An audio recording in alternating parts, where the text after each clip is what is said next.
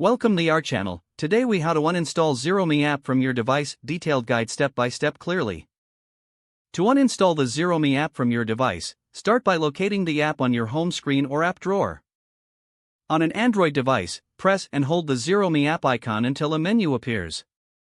From the menu, select the option that says uninstall.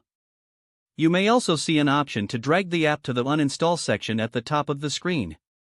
Confirm the action by tapping OK or uninstall when prompted. For iOS devices, locate the Xero Me app on your home screen. Press and hold the app icon until all icons start to wiggle. Tap the small X that appears on the top corner of the app icon. Confirm the deletion by selecting Delete when prompted. To ensure all app data is removed, check your device settings. Navigate to the Settings menu and find Apps or Applications. Scroll through the list and locate Xero Me. Tap on it, then look for options to clear data or cache if necessary. Finally, restart your device to complete the uninstallation process. If the page does not load, refresh the browser or try again in a private or incognito window. Make sure you are using the correct email address, then retype it carefully to avoid small typos. If your password is not accepted, use the reset option and create a new strong password you can remember. Check your spam folder for verification or security emails, then complete any requested confirmation steps. Enable two-factor authentication if available to improve account security and reduce unauthorized access risk. After signing in, review your profile details so your contact information and settings are accurate and current. If you see an error message, note it down and try again after restarting your device and internet connection.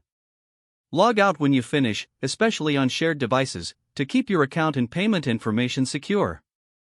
If the page does not load, refresh the browser or try again in a private or incognito window.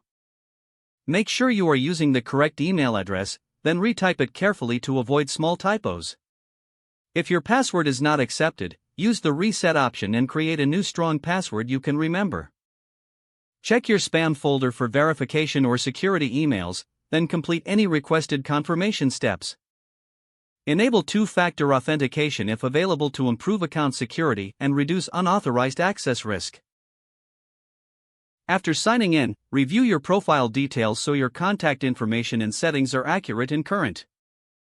If you see an error message, note it down and try again after restarting your device and internet connection. Log out when you finish, especially on shared devices, to keep your account and payment information secure. Don't forget to like this video and subscribe to our channel for more step-by-step tech guides.